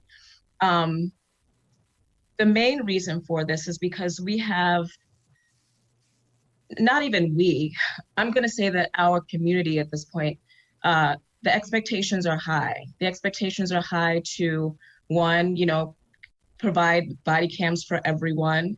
The central receiving unit is a part of what our community wants to see. They want to see food on the east side. We did how many hours? 20 hours of strategic planning, and now it's going to be up to us to help fund those, to help fund our goals in the future. And I love the idea about a police reform advisory board, funding the outside organizations. I think the community resource paramedic program is is important. And to me, a better use of, I think the school board should pay 100% for the school resource officers, and then we can redirect those funds into programs that we currently have on the table and that we know that we can scale up relatively soon for initiatives that the community wants. Primarily because I believe this with all of my heart and my soul, is that we are so much better stewards of that taxpayer money at this point in time than from what I've seen from the school board, from recent decisions that they've made, from their 27-page budget and it's $423 million they're responsible for. Folks can't get answers, like very specific information. So I am actually not convinced that they don't have the money to do this. Not at all. We were able to very creatively reallocate $2.7 million for Gainesville Cares About Neighbors and our businesses. We understand how budgets work. I would like to give the opportunity to the school board to figure out how they can fund 100% of the school resource officers. And that's where I personally stand with it. There's a lot that we can do with that $900,000 in this year's budget. And I'd like to see that happen. Okay, thank you, Commissioner Johnson. As you can imagine, pretty much everybody else's hand is up now. So we'll start off with Commissioner Ward. Thank you, Mr. Mayor. So we all are aware, but I want to restate it, that there is no choice that the Gainesville City Commission or the Alachua County School Board can make about whether or not to have armed officers, guards, guardians, whatever they're called, in our kids' schools. We don't get to make that decision. The legislature made that decision. I'm always interested in having a discussion about whether or not that's a good decision, but at the end of the day, it doesn't matter what we think about it, because the legislature made the decision. We ought to lobby like crazy for what we think is a better decision, but this is what we got. There's going to be at least one person who is statutorily required to have a gun in every school. We have the opportunity right now to write the policies and procedures and direct the actions of the person with a gun at schools, public schools in the Gainesville city limits. And that's because they're Gainesville police officers. If we go back to, I'm always for saving money. I would love to have $900,000. As you know, I got $230,000 worth of RTS things I would like to get done. I'd love to be able to, for us to have that $904,000 to work with. But I don't want to give up, control is the wrong word. I don't want us to lose the opportunity to direct the actions of that officer in every school, every public school in the city of Gainesville, to either the sheriff or some other security group that we have zero input into how they act, what they do with the children, how they pass information back and forth. That concerns me. I like having a Gainesville police officer in those schools, knowing that there has to be an officer there. If it were a choice of whether to have an officer there or not, I could go lots of directions. Although I think there is value that I could, there's another discussion about the value of the officers themselves in the school. But given the option for the Gainesville City Commission to direct the actions of the officer that is in the schools in the city of Gainesville, or give up the opportunity for that direction, I choose to have a GPD officer there. Now, if we can do that and save money, yay. But I don't want us to end up with a situation where the Alachua County schools just decide, okay, we could run our own police force, because that's what lots of counties do. I don't think that would be a good decision on their part at all, but it would remove GPD from everything except emergency situations in schools that are in the city limits. And the same would be true if they contracted with ASO. I guess they also have the opportunity to designate marshals who are school employees, to armed teachers. But I don't think we have any disagreement with the school board on that one. I think they are where we would all like to be on that issue. So the question is one of how much control do we want over that armed officer in public schools inside the city limits? And I want the Gainesville City Commission to be able to direct those officers through the manager and the police chief, rather than giving up the opportunity to direct. That's all I have for now. It is absolutely worth talking about.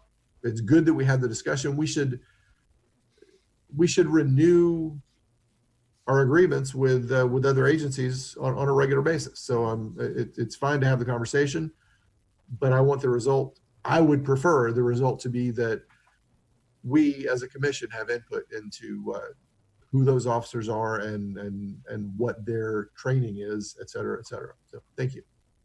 Thank you, Commissioner Sacco. So I think my biggest concern is, and I hate saying this because it's a buzzword, it's an unfunded mandate. So Tallahassee, after Marjorie Stoneman, decided to do a whole sweep of measures. This isn't the only one. There were a bunch of other ones that, doesn't necessarily help in the safety or development of a child. But this one specifically is costing us $900,000 because we offered to help pay for it. And one thing that we tell a lot of people, well, if you don't like decisions that are being met, you should go vote and let your voice be heard. If, you know, the school board would not like to be saddled with an extra $900,000 that they have to cover, they should let that be known in Tallahassee. This is an unfunded mandate for the school board, not for the city. And if the school board has a problem finding the funds or with, you know, the responsibility of funding this measure, that's their problem. It shouldn't be the taxpayer's problem to pay that $900,000 that we could use for a whole host of projects that have been proved to help their life, like having better, like having the paramedic program, having a downtown economic scene. Those could actually help, as opposed to having an armed officer or 20 armed officers distributed throughout the schools in our city. So I'm for renegotiating that agreement, or just no longer funding that through paying for part of that. That should not be the city's responsibility. And I think if the school board does get mad, that's good. And then they can have a conversation with Tallahassee. But to Commissioner Ward's point, I do agree that in the grand scale of things, the grand scheme, like GPD is not a bad police department. And I would rather have GPD than a deputy in a school. But I would prefer to have no people with guns in our schools, is my ideal. But if it must be someone, at least it's someone that we can have a voice in it. But I don't think we should be footing an almost $1 million bill for that. I don't think that should fall down on us or on the taxpayers, least of all for that amount. Especially when, and I don't think we've had any problems here specifically, but I do think students of color and minority students are over-policed. It's the reflexive action to just over-police any misbehaving child of color, and having an armed officer at the school, that just, I feel like I'm not pouring gas on a fire, but I'm going to put the tank right next to it. And it's just putting all of the ingredients in the wrong place for something to happen. And I think if it forces a conversation at the school board about, you know, Tallahassee passing down mandates and how to fund it and what that should look like, I think voting to reallocate that $900,000 to something else is worth it, because then the school board, who is the person who should be having this conversation, gets to have that conversation and gets to take appropriate action if they don't think this is a fair situation, because it's not fair to us either, but we definitely shouldn't be paying for it.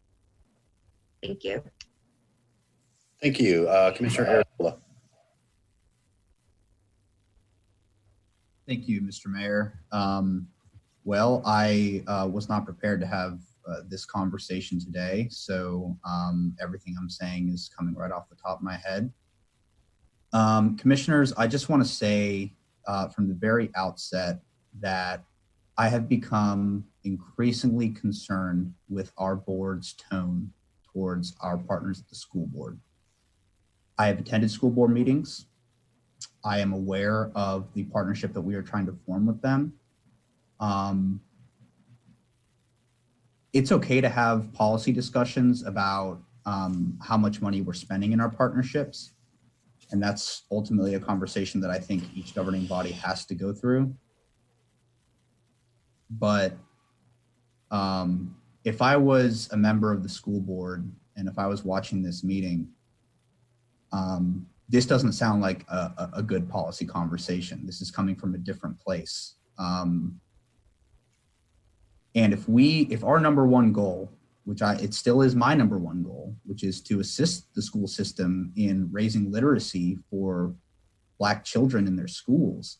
That's our number one goal. And I think that we run the risk of souring a relationship when we have conversations about their budget acumen. And when we make conversations about, they're well aware of the unfunded mandate. They oppose it. They've gone to Tallahassee. They've spoken to Tallahassee. It's not something that they've welcomed and appreciated by no means. And so, I don't like spending $900,000 on school resource officers, just like you all. And I'm open to having conversations about funding, but commissioners, if we want partners in the school board, we can't keep going down this pathway of constant insinuation that they're not doing their jobs. Because then we sound like the way that the county treats us. And you see how well that goes. So I feel like this has to be said, commissioners, because these meetings are watched. And I really care about these goals and these partnerships and the conversations I have with school board members. I understand that it's a different dynamic over there, but I have serious concerns about this commission's direction right now and whether or not we are going to be able to form that partnership.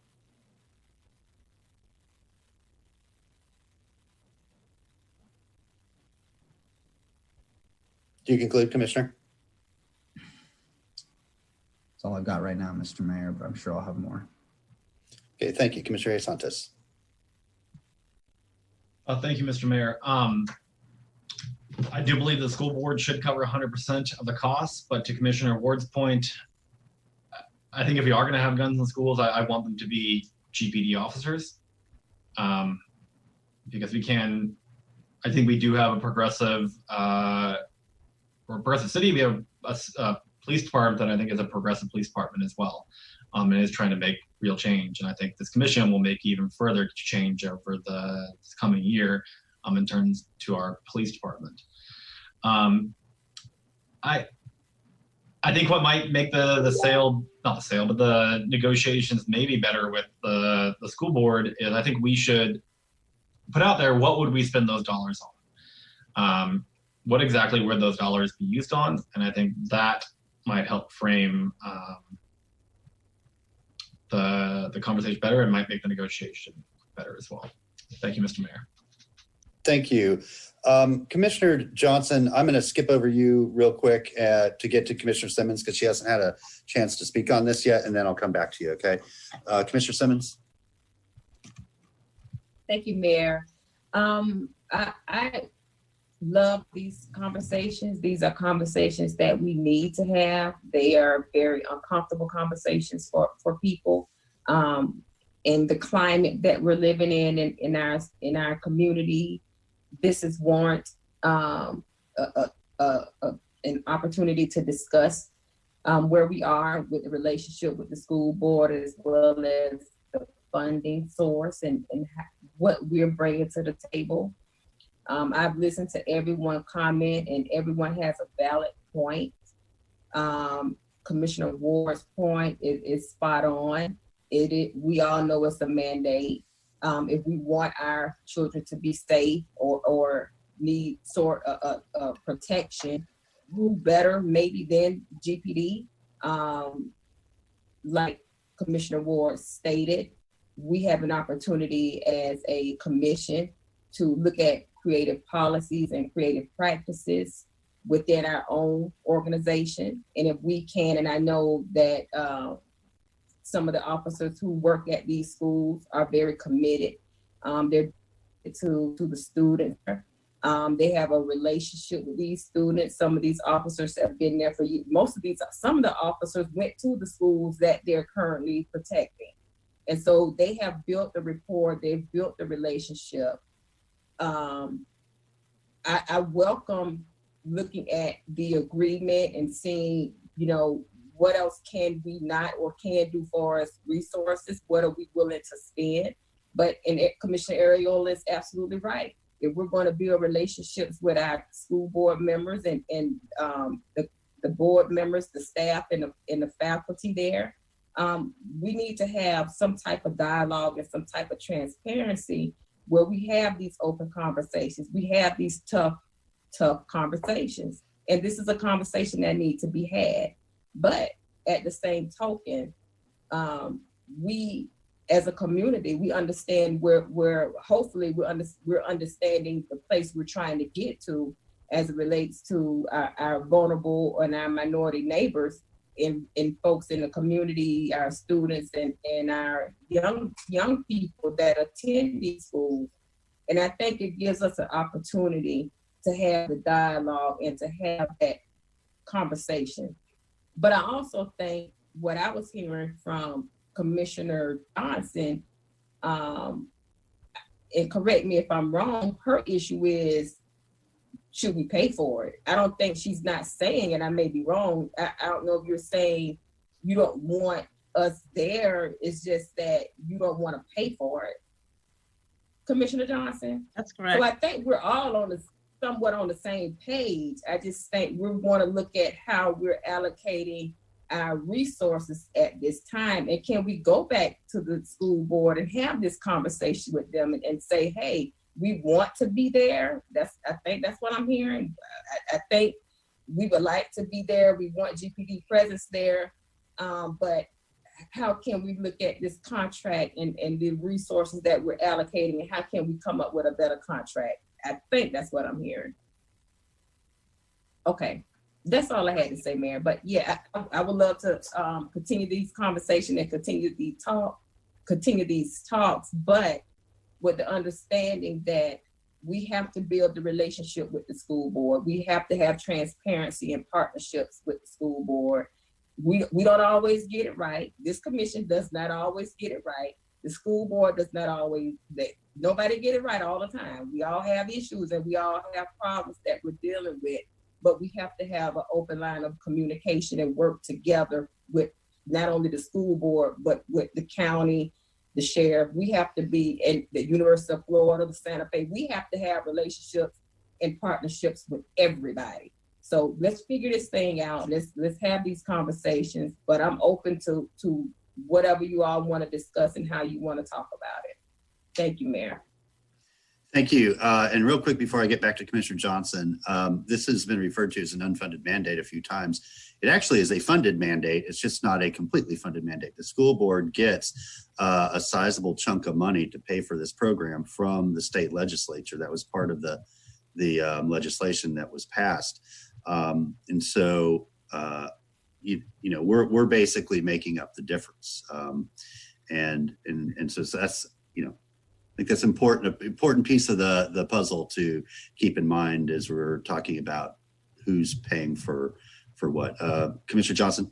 Thank you, Mayor. I'm glad that you brought that up because I looked at the school board budget a little bit more in depth, and the school board does get approximately $2.1 million from the state to pay for this mandate.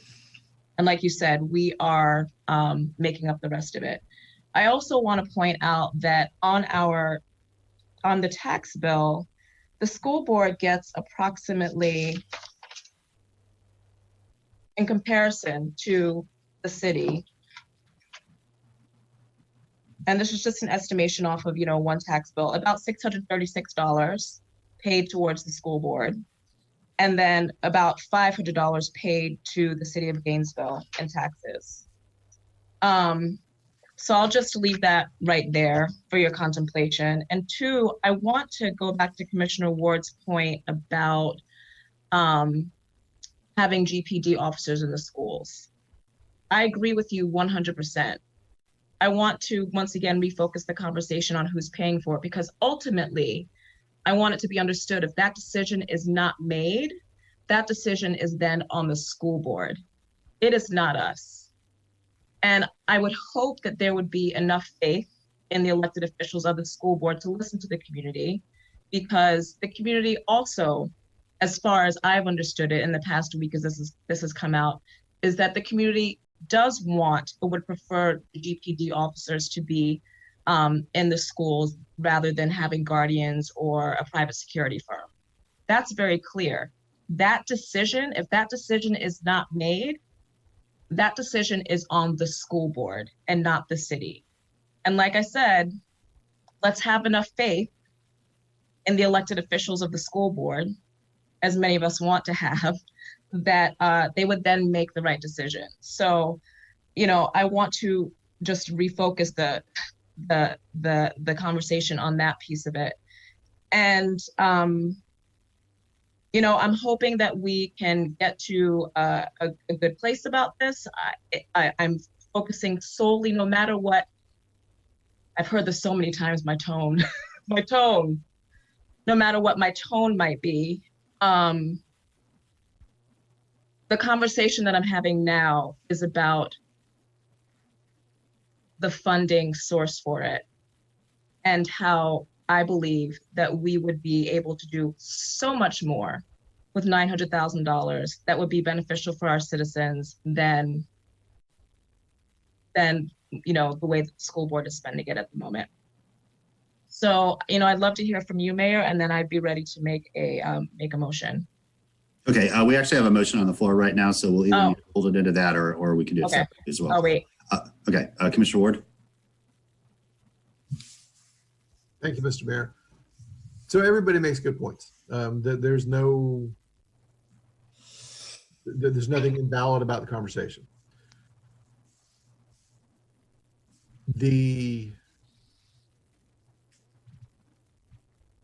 Let me say, I'm not ready to vote for this today. It doesn't mean I won't vote for it at some point, but I would rather conversations were had between management prior to us voting to take a shot across the bow. I don't think that's where we start. I don't think that's if the county did that to us or the school board did that to us with GRU or one of the ways that they pay the city, I would not appreciate that. I'd come in with what little bit of hair I have on fire. And we can have these discussions between elected officials because we're not under the sunshine when we go talk to school board members. We're just regular people. We can have this discussion between staff, between city and school board staff. We can include county staff in the discussion. I mean, and sheriff staff in the discussion.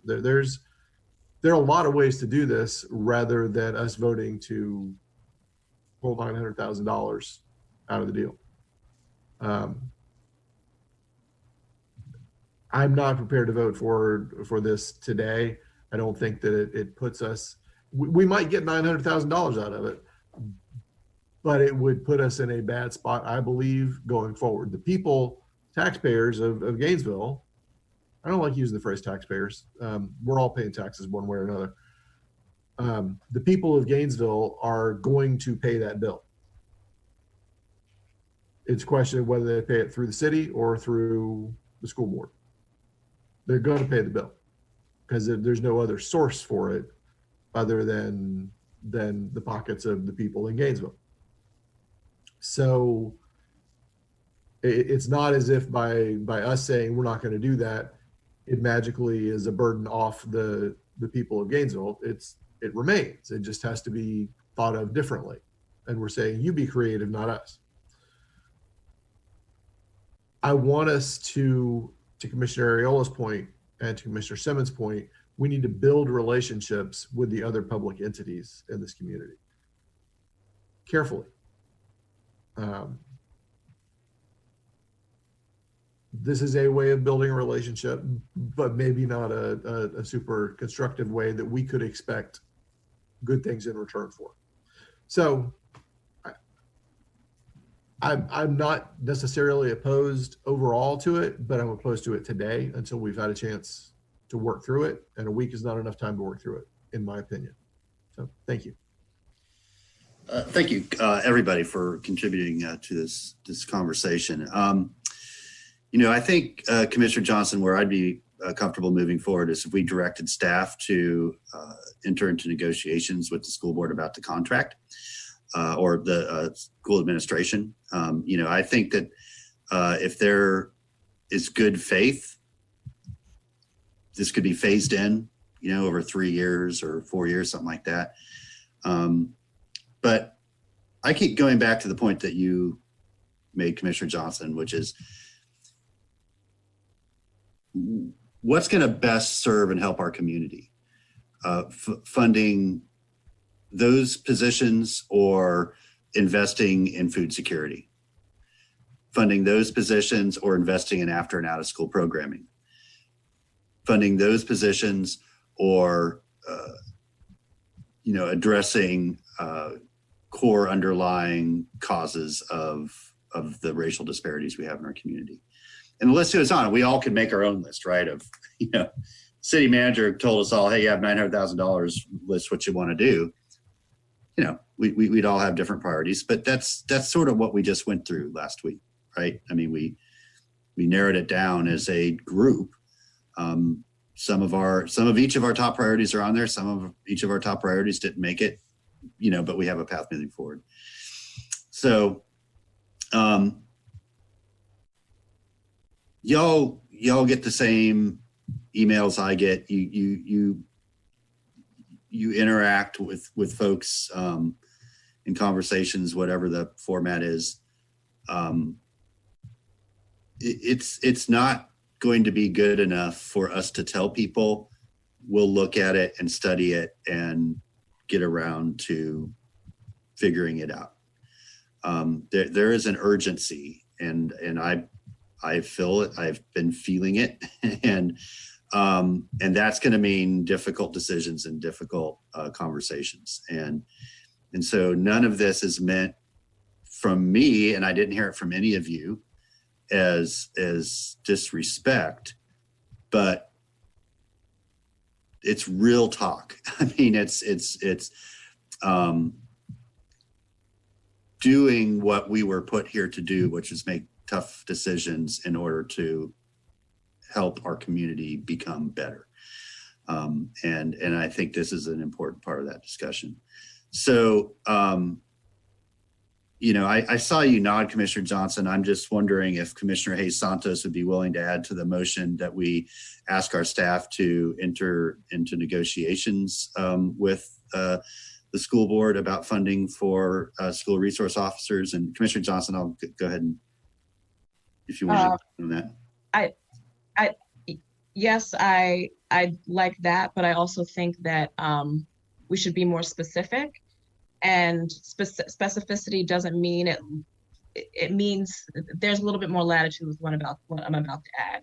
And that means that the authorize the city manager to renegotiate the school resource program contract with the intention, and the intention is a very is a thoughtful word, intention of a zero allocation from the city of Gainesville, zero contribution from the city of Gainesville. That means there's latitude in there, but the intention is. That's where you want to get. Yeah. Commissioner Hayes Santos, are you amenable to that? Yes, except for, I guess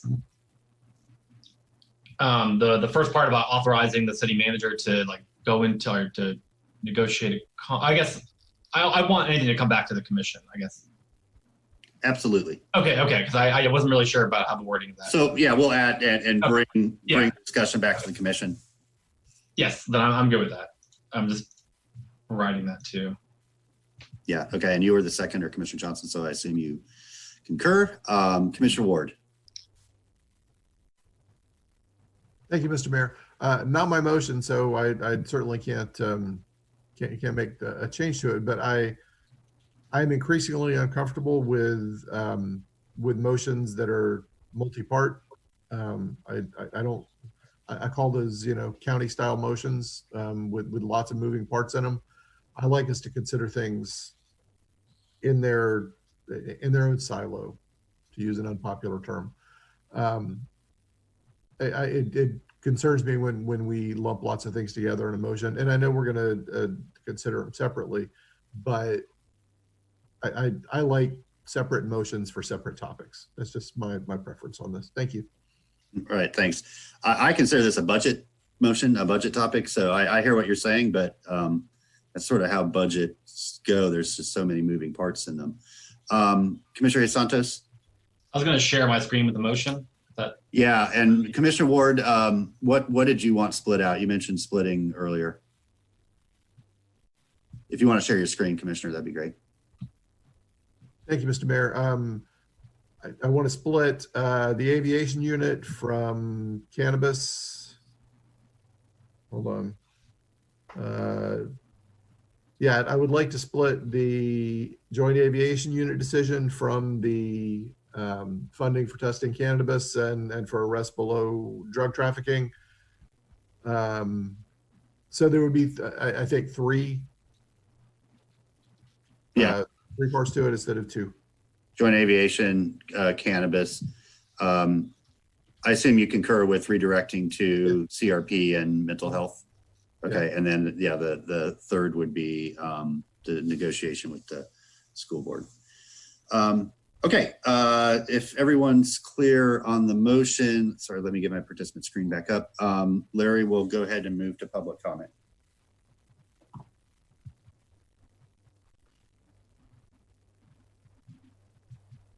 Yes, sir. Sorry for the delay. We should have Don Fields standing by to make a comment. Mr. Fields, if you're still there, please go ahead.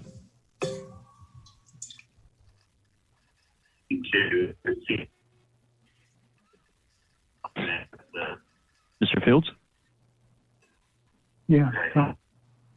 It's time for comment. If you'd like to speak, please go ahead. And what are we speaking to the motions that have just been made? Yes, sir. And then okay. Is it turned now or what? Yes, sir. Perhaps we should come back to you. I know you had wanted to speak to the general budget item. Would you like us to come back to you? Yes. Okay. We have Nathan Scott standing by to speak to the motion. Mr. Scott, please go ahead. Yes. Good afternoon, Mayor, Commissioners. Nathan Scott. Each of the 6 scenarios presented on the budget slide show property tax and fire assessment fee increases. Where is the scenario that shows tax cuts and spending reductions by the Gainesville City Commission? I think your neighbors would like to know that, because there is no discussion in these difficult times of any reduction on taxes or spending on the city's behalf. Secondly, why has the city abandoned the 2-year rolling budgeting process? There's no discussion of FY22 in conjunction with the FY21 budget. FY22 is going to be a painful reality check of the failed governance of the Gainesville City Commission. I think there should be discussion of the 2-year rolling budget cycle like there has been in past years, but that is just mysteriously disappeared. Third, GPD is an independently accredited police department. It is not the role of the mayor and the Gainesville City Commission to tie the hands of our dedicated law enforcement officers and tell them how to enforce the law. Political interference from the City Commission puts GPD accreditation and their funding at risk.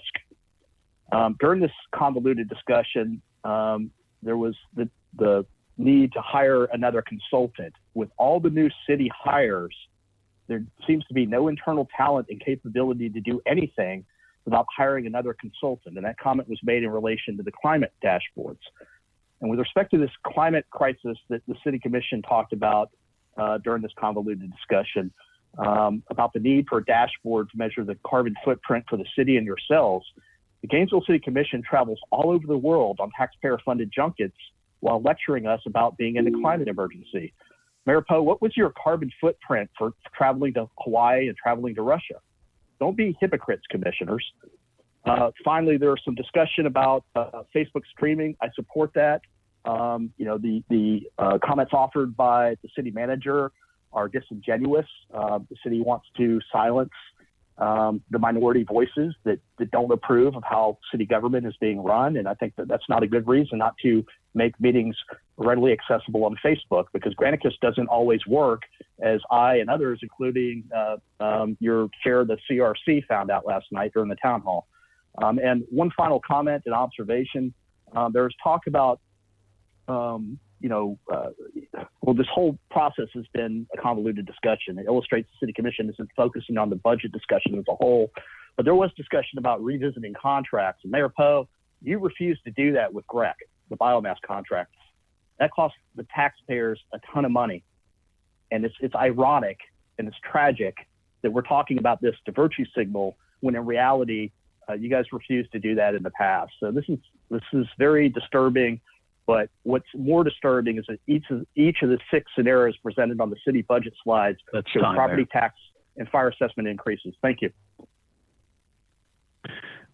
Mayor, we did have someone just join us, a 561 number that I'm not sure wanted to speak on this particular motion or not. Caller, if you're there, you can let us know if you wanted to speak to this motion that's on the floor.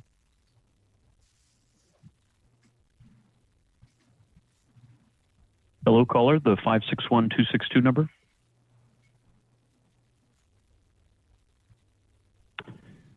Apologies, Mayor, doesn't seem to be responding. So I think that's all that we have for right now, but I'll come back to you if I get any clarity. Okay, thank you. I'm guessing Mr. Scott missed the beginning of the meeting. The city manager clearly said that there are no proposed increases in the tax millage rate or fire assessment being proposed. There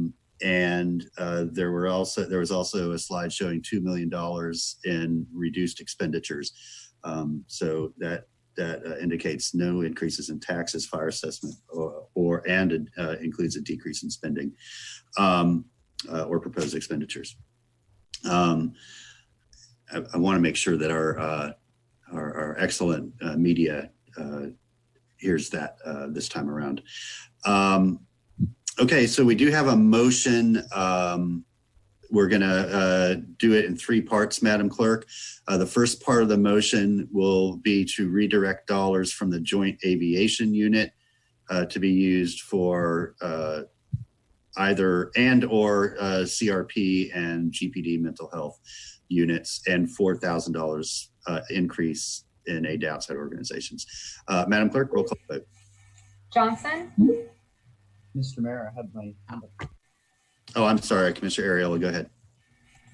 Thank you. I just have a question because the motion sort of presupposes a number of things. I don't necessarily want to go with the first part of the motion. I don't necessarily want to go that route for funding the CRP. We could do that whether we take monies from that or not. So I just want to make sure that there's still opportunities for us to fund the CRP, even if it's not that exact funding allocation that the commissioner put out. Yeah, the CRP is funded. I don't. The additional operation capacity. Yeah, well, and I don't think did we hear back, Mr. Feldman, about that specific increment?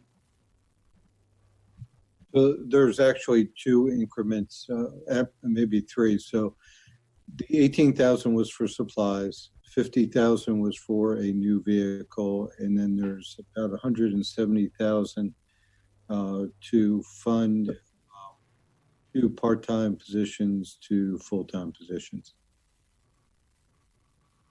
Go ahead, Commissioner. So I guess to circle back to the point that I made when we first had the CRP discussion is that I don't want to authorize piecemeal funding for the CRP that isn't part of a larger plan that we have seen. And so I thought we were going to go the direction of giving the staff direction to come back with that so that we can then have the funding discussion rather than us just passing this funding direction right now. Well, they're not mutually exclusive. We can ask for that. We can ask for a full funding plan for CRP. Okay, can we get that in the motion? I'll vote for the first part if that's part of the motion. Commissioner? Hey, Santos. Yeah, I'd be happy to add. Should we add it as a 4th one or as part of that? Yeah, add it as a 4th. So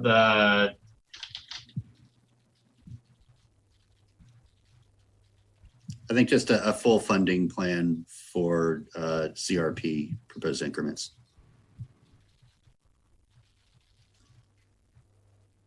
Thank you, commissioners. And I just want to say that I don't see the motion in front of us anymore. But if memory serves, I'm not going to be voting for most of it. Commissioner Ward, you mentioned that we ought not to be shooting shots across the bow. This whole conversation has been a shot across the bow. Thank you, Mr. Mayor. Okay, thank you. Madam Clerk, we're going to move to now a roll call vote. The first vote will be to move that we redirect dollars from the Joint Aviation Unit to the CRP program and mental health units with GPD, as well as the $4,000 increase in aid to outside organizations. Madam Clerk? Commissioner Johnson? Aye. Commissioner Simmons? Aye. Commissioner Ward? No. Commissioner Ariola? No. Commissioner Hayes Santos? Aye. Commissioner Sacco? Aye. And Mayor Poe. Aye, that motion passes 5-2 with Ward and Ariola in dissent. The second vote will be to redirect funding for testing cannabis for arrests below drug trafficking levels and move those dollars to the aforementioned programs. Madam Clerk? Simmons? Aye. Ward? Aye. Ariola? Aye. Hayes Santos? Aye. Sacco? Aye. Johnson? Aye. Mayor Poe. Aye, that motion passes unanimously. Third part of the motion, have staff enter negotiations with the school board to transition to 100% of the cost for school resource officers to be borne by the school board. Madam Clerk? Ariola? No. Hayes Santos? Aye. Sacco? Aye. Johnson? Aye. Simmons? No. Ward? No. And Mayor Poe. Aye, that motion passes 4-3 with Simmons, Ariola, and Ward in dissent. And then finally, request from staff for a full funding plan for the community resource paramedicine increments. Madam Clerk? Ward? Aye. Ariola? Aye. Hayes Santos? Aye. Sacco? Aye. Johnson? Aye. Simmons? Aye. Mayor Poe. Aye, that motion passes unanimously. Thank you all for the good discussion today. Hopefully staff got a little more clarity. That was our goal. And I think also this helps. I think what we did last week helped with what we did today, helping sort of narrow and clarify what our top priorities are. So I'd like to thank everybody. And without any further business before this board, this meeting is adjourned. Everybody have a good afternoon.